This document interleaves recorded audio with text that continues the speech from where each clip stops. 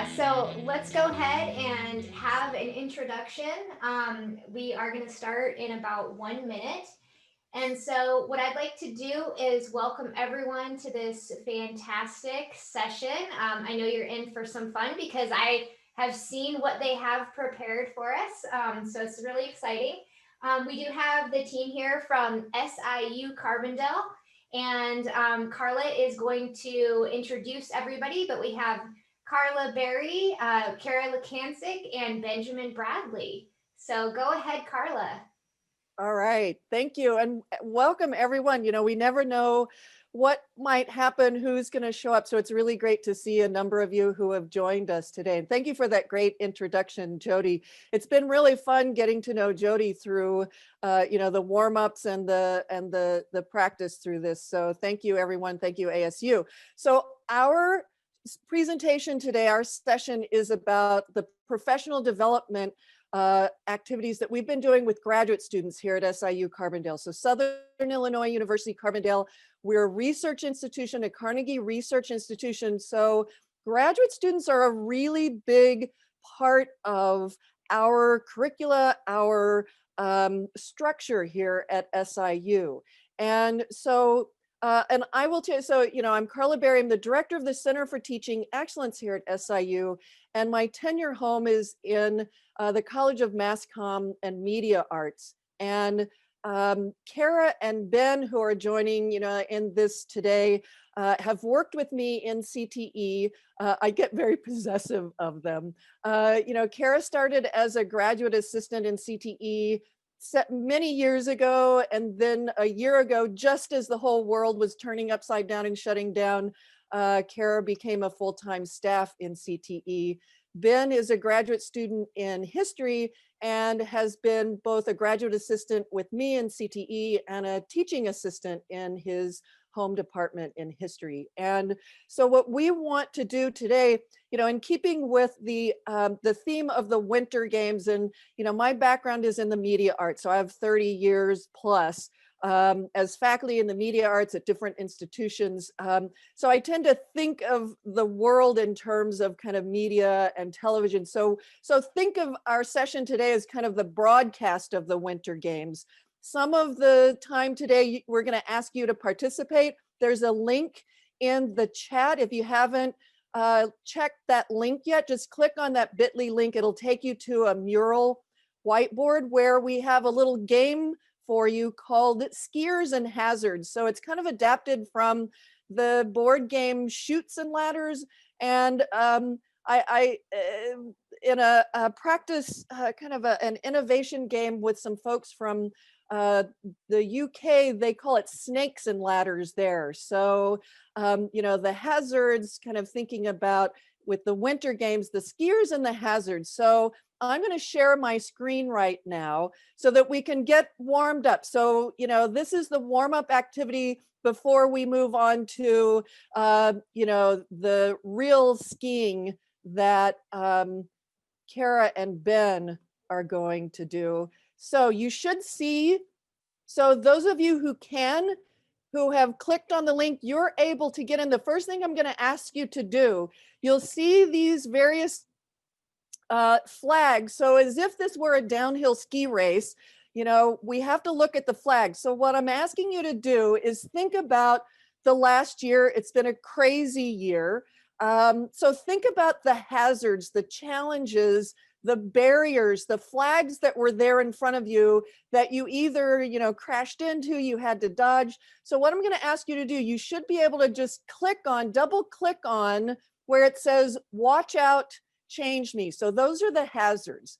So those of you who are visiting, just move around and move your cursor over. So just double click on watch out, and then type in something that was a hazard that you encountered over the last year. So whether it was in your own teaching, whether you also are involved with faculty development or professional development. And if you're not able to get to the link or it's not working for you, you can also just use the chat and just type in some of the hazards in the chat, and we'll use that later. So, again, I never really know what's going to happen. Oh, good. I see that some are good. Underpowered work from home, great. So, and also if you know mural and you can't double click and change the words, you can also feel free to just post it there. So, like stickies go everywhere. So if you just want to post a sticky onto that white bank of snow, that's okay too. Those will make fine hazards. So I'm trying to look at some of these. I'm not seeing the chat right now. But what we're gonna do, student Zoom fatigue, and oh my God, that is real. and some of what we're gonna talk about will include some of these things. So let me give you just a couple more minutes. Going high flex, but not prepared enough. I love that. It's like you want to try something. It's like you're willing, you're able. It's like we're going to zoom down this hill, but you're not quite ready for it. So I love that. That's a lot. I think that is very similar to what we've experienced. New classroom etiquette, also very good. So I'm just, and also I will tell you, I'm using the webcam in my laptop. So if you see me look above, I'm not like praying to the gods above, but I have another larger monitor here so that I can see what's more on the screen. And I'll enlarge this as we go. And not enough academic support staff. Boy, do we hear that. Khara and Ben and I are a small team. We do have, and I will tell you that, the Center for Teaching Excellence at SIU, I think is a little bit different maybe than I've noticed at other places. So often faculty development, is under the provost and is part of academics. The CTE here at SIU, and I've been here since 2012, and I was a founding director to come in and get this started. So, we combine, we are the LMS administrators, so we have tech support for our learning technologies. We have faculty development for faculty and for graduate students. And then we also have a separate graduate teaching project, separate, graduate student support and development, professional development. So CTE is a little bit unusual, I think, in the mix that we have. Punctuality challenge, be on time for Zoom meetings. So yeah, I think a lot of these are hazards that we all encountered. Like we were all skiing down some of the same slopes over the last year.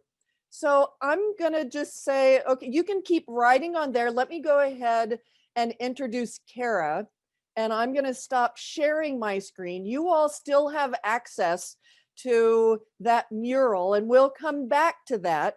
So don't lose that link, because we're gonna come back. We're gonna ask another question later. So we've designed this presentation today so that we have a little bit of activity. We do a little broadcast where we're presenting a case study, and then we'll have a little more discussion and some wrap up at the end. So with that, I'm going to introduce Khara. So Khara Lukancic joined my team. I guess I first met her when Khara was a graduate student and was one of the first to go through and complete our micro-credential. Then she came in and took it over and ran it as a graduate student. And now she is doing all manner of faculty and graduate student development in CTE. So I'm going to turn it over to Khara Lukancic. Okay, so first, hi everybody. First, I want to say that this is normally a 50-minute presentation for me. I'm going to give it in 10 minutes today. So I'm really enthusiastic about this program. I really believe in professional development for graduate students. If you have more to talk about after this presentation, and we can't get to it in the Q&A, please email me. I'm so excited to talk to you about whatever you need about this. My email address is Khara, Khara @siu.edu. So please don't be shy. I would love to talk to you. Okay, that said, let's talk about what we have. So the background of this project is that we feel that graduate student instructors are often an underserved group when it comes to professional development. Professional development is normally targeted towards new incoming faculty who are in their first academic job, adjunct professors, tenure track professors. You don't really hear a lot of people wanting to help graduate students develop their pedagogy. Often it's encouraged that teaching assistants simply learn to mimic their teaching mentors, or it's assumed that, hey, you know your discipline, go teach it, right? Like many disciplines, that's how my first master's degree was. You know climate and meteorology, go teach it, it's fine, right? So in today's conversation, we will explore implementing a community of practice approach when developing professional development programs for graduate student instructors before, during, and after the COVID disruption. It's not wanting me. Okay, so first we have 3 phases of graduate school that we think of in our professional development. So in the first phase, you're a graduate student and you're taking classes. Which may or may not be the first phase, but that is the most basic you can get. I think most graduate students are thrown into assistantship right when they get there, but I do know that, you know, not everybody's funded. So the most basic level is you're taking classes. In the middle, you're a graduate student and you're serving as a teaching assistant, you're helping grading, you might be teaching some labs. And by the end, you're still a graduate student, but now you're assuming the role of instructor of record. So we use the community of practice. So the definition that we use, our communities of practice are groups of people who share a concern or passion for something they do and learn how to do it better as they interact regularly. So the community of practice at SIU, to cultivate this COP of graduate student instructors, we developed the Graduate Teaching Project, which is a professional development micro-credential. The program is open to all graduate students on campus, including teaching assistants and instructor of record, people who do distance learning and people on campus. Everyone who's a graduate student is welcome to sign up. It's completely free, it's voluntary. And when you finish it, it can be labeled on your transcript. And I just got ahead of myself. Once the program is completed, participants receive a certificate of completion and a notation on their transcript. So in version 1.0, I was a participant. It was face-to-face, it was physical. You created a material portfolio. And in this portfolio, there were 5 workshop reflections. We attended 5 workshops and we wrote a page of what we learned and how we're going to use it. And then we did 2 roundtable reflections. That's where we led a workshop of our own choosing and then held a Q&A and we learned from that. And then we'd write a reflection, what we taught, how the Q&A went, what we learned, what about our practice will change due to that conversation. A CV, a teaching philosophy, a mentorship agreement, which is where we choose a faculty member that we work closely with who would watch our teaching, come in and watch us teach, give us feedback, just someone to check in and help coach us along the way. And then finally, we would record a 10 to 20 minute teaching demo, an example of us teaching in a classroom. In the second version, it was still face-to-face. We gamified it by using the platform Utopia. It's a badging platform. So our portfolios were then digital. We uploaded our individual documents into Utopia. And as we completed things, badges unlocked. And when we were complete, we unlocked the final major badge and got our certificate. Then I started working at CTE and I realized very quickly that I couldn't get the room filled for these workshops. I would get all these instructors to give these great workshops and I'd have 2 people in the room. And I'm like, what is going on here? And so we put out some surveys and we realized it's that nobody could agree on a good time. So it was all about timing. So we put it online. It's now any place, anywhere, anytime. So it's online asynchronous courseware, completely housed in our LMS, which is D2L. And now it features standardized content. We have 6 standard modules that everybody goes through, when before you could attend whatever Mod Podge of, of workshops that you chose to go to, and you could do any type of roundtables that youth were interested in. So while before it was more individualized, now we give all graduate students a baseline of this is what we think you need to know, right? So the module structure is for each module, there's 6 modules going back. So there's a welcome module.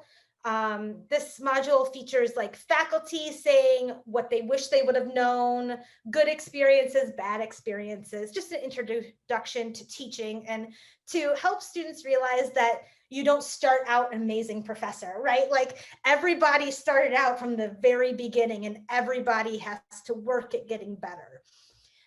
Student engagement, setting expectations, time management, effective feedback, and then student-centered instruction. So for each module, students or participants watch videos, which are about 3 to 6 minutes each, of faculty talking about the module's topic, where they give advice, share their own experiences, so students can see the various ways that to become a professor, and that there isn't any one true way, right? You have to discover your own personal art of teaching. So they read provided materials such as journal articles and book chapters that give research-based evidence of best practices. And then we have discussion boards in D2L where they share with us how they have implemented or will implement what they learned from the modules in their own teaching practice. So the benefits and challenges of offering online professional development. The benefits are that more students can participate. We have quadrupled our participant numbers after moving from face-to-face to online. Before we had like 30 tops in these workshops, and now last I checked, we had 120 people working in our online courseware. Asynchronous delivery allows for everyone interested to fit into their busy schedule. No one feels left out. No one feels like they have to choose if they're going to do this or do the micro-credential. It's truly open to anyone who wants to do it. And like I said, standardized content teaches, so standardized content, sorry, I had a brain fart. So standardized content gives standardized practices for every graduate student instructor. So everyone's getting the same baseline information. The challenge of course, is that there's less face-to-face interaction. This was more of a concern before COVID. Now everybody is lacking face-to-face interaction. So this is less of a challenge in the pandemic, or perhaps more of a challenge during the pandemic, depending on how you want to look at it. There's decreased motivation when participants aren't responsible for checking in with someone. So when I was running the face-to-face iteration of it, students would have to come meet with me and we'd look at their portfolios and we'd set timelines. Online, you don't have that personal check-in, so you don't feel that motivation of, oh, I didn't do this. Oh, shucks, I have to go and tell her I didn't do this yet, right? So you don't have that little jolt of motivation that face-to-face contact just cultivates. And then standardized content means the participant cannot build their own portfolios and choose your own adventure style type situations. But we do feel like offering a standardized baseline vastly outweighs the decreased freedom to build individual programs. Because if you're choosing your own, maybe you only take workshops on how to create a CV, how to do academic interviews, but you're not learning about grading, you're not learning about learning objectives, right? So by creating a standardized content, we know everybody who has this on their transcript has the same baseline information, which we feel vastly outweighs the negatives or the challenges of that. So that's my speed through this micro-credential. I'd be happy to answer any questions.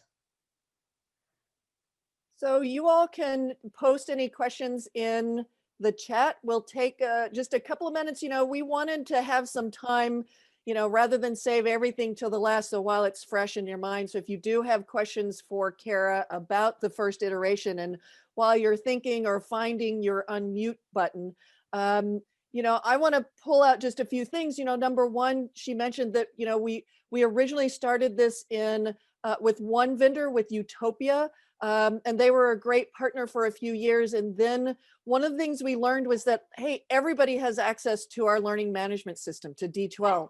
That's where the graduate students are. That's where everybody's spending their time. So let's really work with that. And that's when Khara really started building it.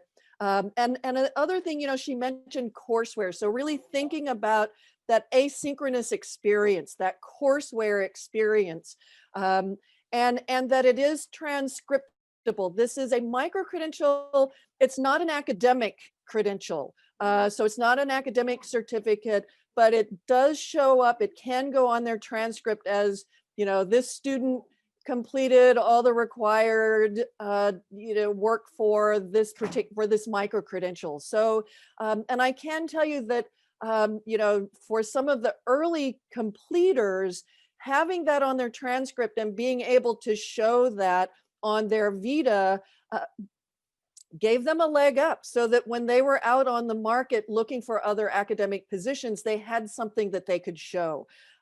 So I thought that was really valuable. We found that was valuable for them. So I'm not seeing, have you been able to measure success with your new approach? So Khara, do you want to speak to that? So it depends on what you mean by measure, right? We have more people participating. So that's one method of measurement, right? In our next iteration, we're going to implement actual assessment within the micro-credential, where we're going to do pre-test and post-test to see that kind of measurement. But it depends on what you mean by measurement. So do you want to come on off mute and clarify that question, like what kind of measurement you're asking about or interested in? Hey, Khara, thanks. It's Jason. Just to clarify, anyway, I didn't know if you had goals at the outset, whether it's number of grad assistants participating, or how frequently they log on, or a vote of confidence that they're, well-versed in the tools. Wide open. So we have a lot more participating. So that has definitely, we've seen that. So that's measurable. We can track how much people are logging in, and the ones who are, so we have people who've signed up who just kind of sit there, right? So they don't log in. But the ones who are in the discussion boards, I found, do log in very frequently. They do talk amongst each other in the discussion boards. And the other thing you mentioned was, the baseline of understanding or whatever. That's the next step, is to track the assessment of the actual program to see how well the content is being digested. However, in our discussion boards, we ask them to apply the week's content into their own practice, and they write a reflection on that, and they discuss amongst each other. We haven't really used that data wise. We have those data points, and it's clear that people are making those connections and they are learning things they didn't know, but we don't have any objective numbers or data with that. Yeah, thanks, Khara. There's another question. What was the process to get the micro-credential on the transcript? And I can tell you that, SIU has a graduate school. The graduate school is responsible for transcripts, for, admissions, all things structural and business for graduate students. And so this process was fairly simple, I think, because first of all, CTE reports to the provost. So I report to the provost. That gave us a little leg up, because we were already there at that reporting level with the deans, with the graduate school dean, and sort of had that approval from the provost, that support from the provost. But in working with the dean of the graduate school and with the associate provost, who was responsible for like our accreditation. And that's why I'm always very careful to point out, this is not you know, what we would call a big C certificate. So, you know, it's not, there's no credit, there's no academic unit assigned to it. But it is something that the graduate you know, through our proposal, the graduate school along, you know, through this process, the provost's office, the graduate school, CTE in combination got this to the point where, yeah, that can go on the transcript to show this is something unique that this student did. And I will add that it's really useful that we have the buy-in at the provost level. Like our provost is one of the people that we've interviewed in these sessions. She is one of the voices who's in every single module. So it really helps to have that top level support. Yeah, and that our provost is very student-centered. Her research is in the learning and teaching of psychology. So when we interviewed her, she was the dean of the College of Liberal Arts, and 2 years ago she moved up to provost. So I'm going to move us along for a little bit, and I think I'm going to go ahead and introduce Ben. And we'll save the last little bit of the game kind of to help spur our conversation, because I don't want to shortchange Ben. So let me introduce Ben Bradley. So as I mentioned earlier in the introductions, you know, Ben was is a graduate student completing his master's in history. The chair of the history department introduced Ben to me. He entered the program late in the year, so their departmental TAs were already given out. And so I was able to pick him up, and boy, am I glad we did. And so Ben just jumped right in. And so over the last year and a half, or maybe it's been 2 years now, Ben took the baton. So if I can carry through the metaphor of the Winter Games, it's like, now we're not downhill skiing. Now I think we're cross country relays. So Khara handed off that baton to Ben, and Ben took it up. And now Ben's going to talk about our latest iteration that was in progress. We were starting to work on, and then just got accelerated by the pandemic, accelerated, and also kind of the pandemic kind of interfered because there were just so many other things we were called to do. But Ben, I'm going to turn this over to you and let you talk about the Teaching Learning Fellows and kind of where we are now and where we're going next. Yeah, so first off, I do want to say thank you, Karla and Khara, for having me on. Super excited to be the next process. I'm going to use the hockey metaphor because I've got the hockey jersey on. Khara set me up with a great pass of the puck, and I'm about to try to slam it home. Just had to throw that little Winter Games in there. So one thing I think Khara really might not have sold completely about that micro-credential is that discussion board. That discussion board was huge. Not everybody participated in it, but those that did kind of created this bond with each other. And that is something that we wanted to really continue. So when we were looking at these different errors that we might have with this micro-credential, errors is probably isn't the right word. But these different challenges that we face with this micro-credential, we need to create reasons for these folks to come back and to participate in this community of practice and what we are now calling a community of learning. So one of the big ones to motivate them is to create new badges, to have something to put on their CV, to have them present something. So part of that micro-credential was present a workshop. We're adding, here's opportunities each month for you to apply to present a workshop. Here's opportunities each month for you to provide an informational session on your research. So I'm going to jump in real quick and share screen on our D2L learning platform that we're using to share all of this. Can everybody see that screen? I'm getting quite a few thumbs up. All right, so we've got 3 goals with what we're doing now, and we're calling this the Teaching Learning Fellows. We have a undergraduate program. I guess it's an undergraduate and graduate program here at SIU, University Innovation Fellows. Some of your universities might have that as well. I was a member of that.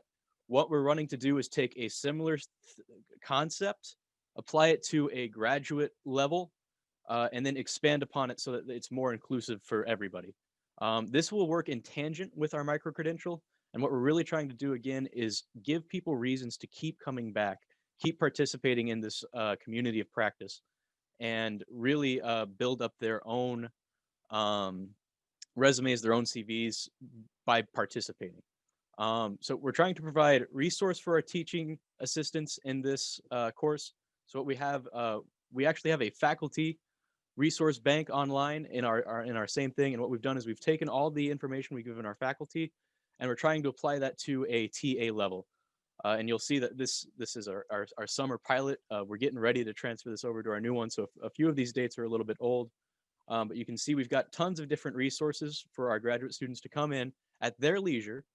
So still that asynchronous advantage, and get their resources that they want. I need to know how to do, say, set up a discussion board in D2L. That's there for them. I need to know how to use D2L on my iPhone, iPad. One of our big challenges today on our ski board is, hey, I live out in the middle of rural Illinois, and that was you, right, Khara? Yeah, if you live out in the middle of rural Illinois, you might not have the greatest internet in the world.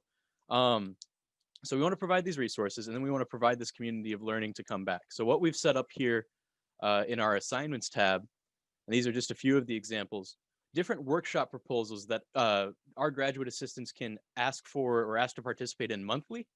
The idea being here that if we get 3 or 4 really good ones, that we can turn this into some sort of webinar, or we can turn it into a podcast. We've got an example of that here. The most simple podcast we're going to do, I'm going to play just a clip of it. Khara was nice enough to volunteer to be our guinea pig. Can anybody, is that sharing audio? No? Okay, give me 1 second.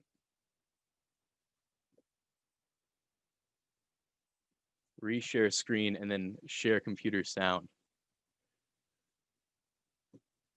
So I'm going to fast forward. And so this podcast, to get my $80 flu shot, now, which I could have gotten on campus for free. I wish I would have known that we had a health center, that it was affordable, that most things were free. So that's Khara advocating for students to use our healthcare center. So the idea with this is, what are 3 things you wish you would have known coming to campus? One about SIU, either the campus, the faculty, anything about the school itself. One thing about the community, and then one thing about your own teaching practice. And by putting it in this podcast format and putting it on this D2L page, what we're hoping to accomplish is that it's this 3 to 6 minute clip that you can listen to while you're doing the dishes. You can listen to 3 or 4 of them back to back to back, and you just get a little bit more, a couple of tips, a couple of advice to keep you going along this path. The great thing about this is that now we have our graduate students, our new graduate students, become our teachers for the next level of graduate students. So I listen to Khara, and then I make my own podcast, and then the next generation of graduate students listens to that, and ideally we have this collective memory that builds up and builds up and builds up. Other options we have for this, I'm super lucky. The history department here at SIU is very community-based. Our graduate community is very tight. We have a brown bag lunch, or at least we did before the pandemic hit. We had a brown bag lunch every month, where one student would present their research. It would give them a good dry run before defending before a dissertation. We want to offer that same thing. I'm getting a sticky note. You see my desktop, not D2L. That's awkward. Thanks, Khara. See, I think there was another one on there that the young people know the tech. That's obviously not always the case. Is that better? All right.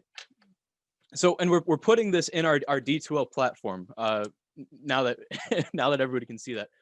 So the really good advantage about this, they'll be learning. It forces the TAs to learn the D2L platform in order to participate in this. So it's just reinforcing habits that we want our TAs to know.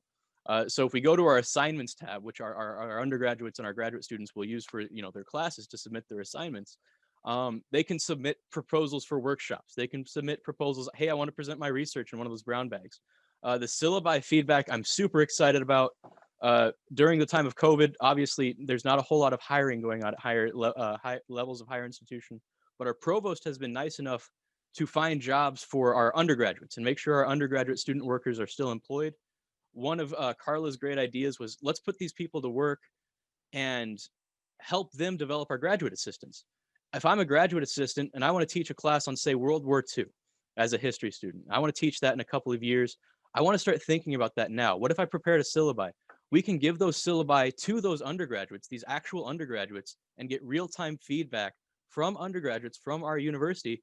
Hey, would I take this course? Hey, is your syllabus clear? Hey, what needs to be done on this? So we get our feedback not only from CTE and our accessibility people and all our wonderful professionals, but we get feedback from students. Would students take this course?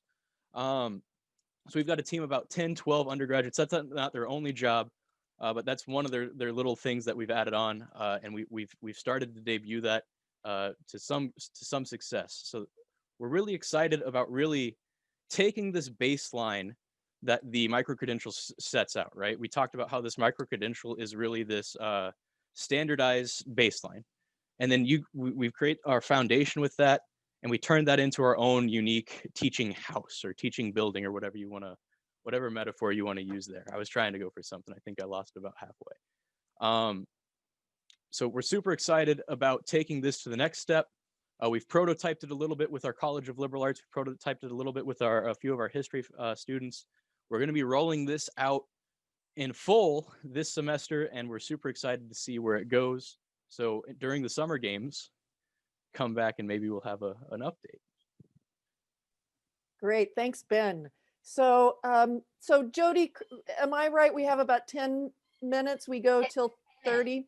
So I want to bring us all back together again, and I want to ask you all to engage again. And we're going to go back to, I'm going to share the whiteboard again. So now you can see these skiers. So let's see, I don't think we have enough skiers for everybody, but if you are on the whiteboard, if you can click on the skier, and move it, what I had planned, let me do this. So I'd planned for you to move, well, let's go ahead and move your skier to the flag, the challenge that you experienced too. Either, we want to process this, or you want to tell us about your successes. So something that, yes, you experienced the same thing. So just move those little skiers around. And sorry, I have a 10-week-old puppy who has just walked into the room. I understand we have a toddler out there in the virtual room as well. But one of the things I'll just kind of pull from what Ben said is that, this notion of community, trying to build community. So as Khara pointed out, one of the challenges, whether it's faculty development, I don't care what we're trying to do, the hardest thing, and this has been my experience pretty much the whole time, there's never one time there's never a perfect time when people can and will get together. And so finding these ways to shift the time to make to build asynchronous community. And so we're learning from these professional development activities and sharing it with our faculty. Hey, maybe this is a way you can start to build asynchronous community in your online classes. And so let me look at the screen. So student Zoom fatigue, I noticed there's a skier there, and lack of water cooler, informal conversations. And I noticed, someone else, back-to-back meetings where, we start a Zoom meeting, we end a Zoom meeting. And so there's no there isn't that opportunity where you just kind of gather in the hallway, or my students used to follow me down the hall to my office to make sure I didn't forget to do the things that I said I was going to do for them. So let me ask you to unmute your mic.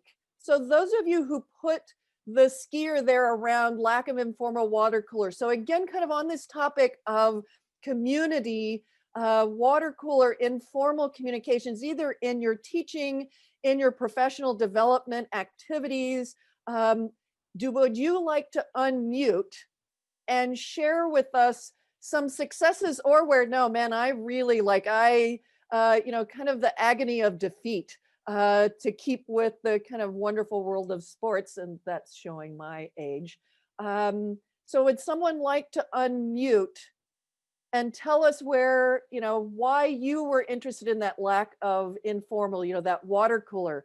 Have you found a way to replicate that, to mirror that in the virtual space? It looks like somebody might be unmuting. Go ahead. Yeah, this is Peter. Happy to make a comment, Karla. Thank you. I put in the comment about the water cooler, and the downside of everything being remote is that we're having less of these conversations, which are often the conversations where we really solve the important issues. It's the glue that really holds the organization together. The upside has been that I think people in some ways, particularly even at a very high level, have more time for conversations that they wouldn't have had time before virtually, because we don't have to walk between locations. I don't know, I'm finding that in this time that there's more access to decision makers than before, and it's really just a matter of asking. And so I've been using Zoom to do, I don't know if you want to call it informal networking or informational interviewing, but that I'm finding that there is an openness now because of these times to people, that normally wouldn't have the time to do it, to be more responsive. So that's sort of the flip side, I guess, is I think there's increased access if we're willing to step out of our comfort zone. I really like that. And Peter, may I ask, what is your role and where are you? What's your institution? Well, I'm not in higher ed now. I used to be in education at Apple for 8 years. But what I'm doing now is I'm creating a leadership academy for specifically focused on Jewish young adults.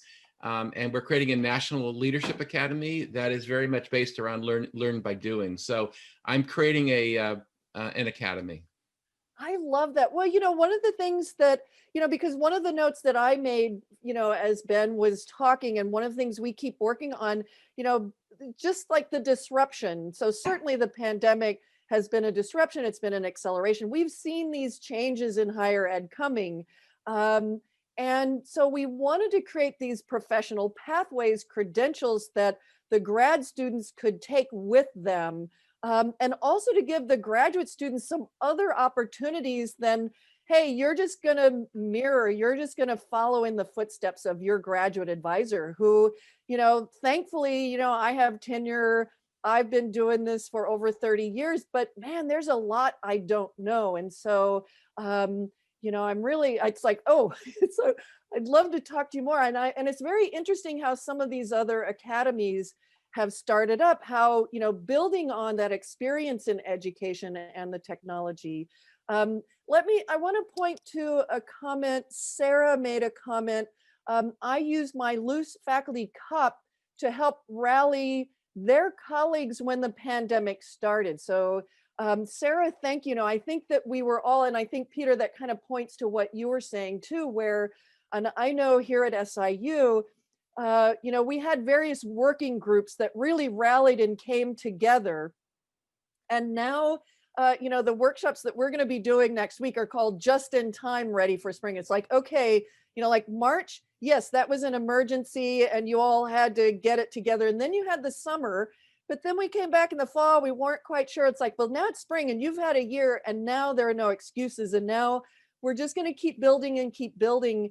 And definitely, someone else mentioned, this assumption that students, because they're all tech users, because they're all digital natives, that they know the technology. And, thank you, Peter, for all that you and that Apple has done with education, with higher education, secondary, primary, all of them, that the tech companies have done. But what Ben mentioned, we're using our undergraduate students to help test and also creating media tutorials and materials, how-to materials, readiness materials for, with, and by students. So the undergraduate students last semester, our undergraduate team started making some little Instagram posts. It's like, okay, because our undergraduate students aren't coming into a COP, they're not spending hours online.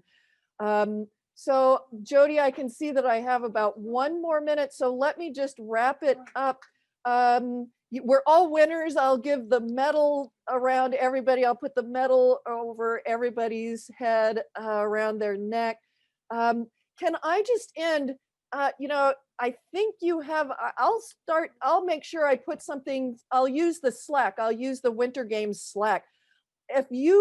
Those of you who are on this, first of all, thank you very much again. If you want to continue the conversation, like I have a Zoom account and I'm not afraid to use it. So if anyone wants to continue this conversation around faculty development, alternative kinds of credentialing, kind of looking ahead, those pathways, professional development, community practice, we'll meet you. Khara and Ben and I will meet you just about any time. We'll find a time zone that works for everyone. So thank you once again. Jody, do you need to do anything else to wrap us up? No, I just shared in the chat a link to check out the rest of the schedule. Next up is lunch. So you can go to that link and join that if you like, to have some conversation. I think that your information was fantastic and relevant, and I really learned a lot. So thanks for presenting today. Well, I just noticed, I'll just say this, that I just noticed that someone said great takeaways, and it's someone whose work I much admire and respect. So my day is complete right now. I am going to wear all the medals I can find. So, so thank you all. And I'm happy to have had this opportunity, and really, really, really look forward to talking with anybody who wants to keep talking about this. Thank you, Karla, Khara, and Benjamin. Enjoy the rest of the games, everyone.